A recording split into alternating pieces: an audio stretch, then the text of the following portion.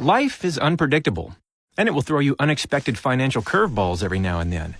This is when it's good to have an emergency fund.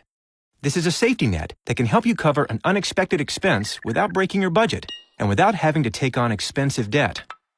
An emergency fund is really just that, money for an emergency. And it's good to think about it as an additional reserve of money, separate from other long-term savings goals.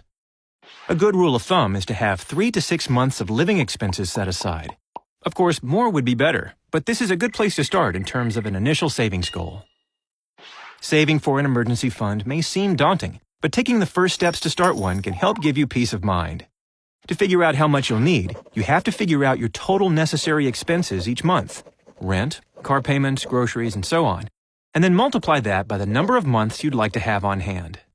For this example, let's use 3 months. That's a good goal if you're just getting started. So let's say this number is $10,000. The next step is to figure out a reasonable timetable to reach that goal. If you'd like to reach that goal in 2.5 years, you'd need to put away at least $333 a month. If that's too much, $167 a month would get you there in 5 years. But the main point is, any money is better than none. Figure out what works in your budget and build based on that. You can always reassess in the future to speed up your savings.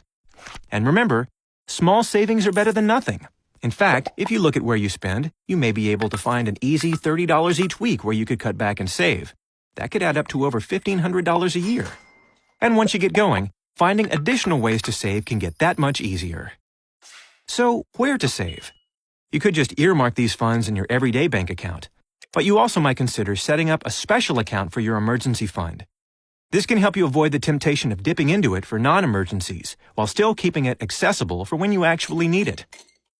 Emergencies are never fun, and racking up additional debt to help pay for them can just add to the stress.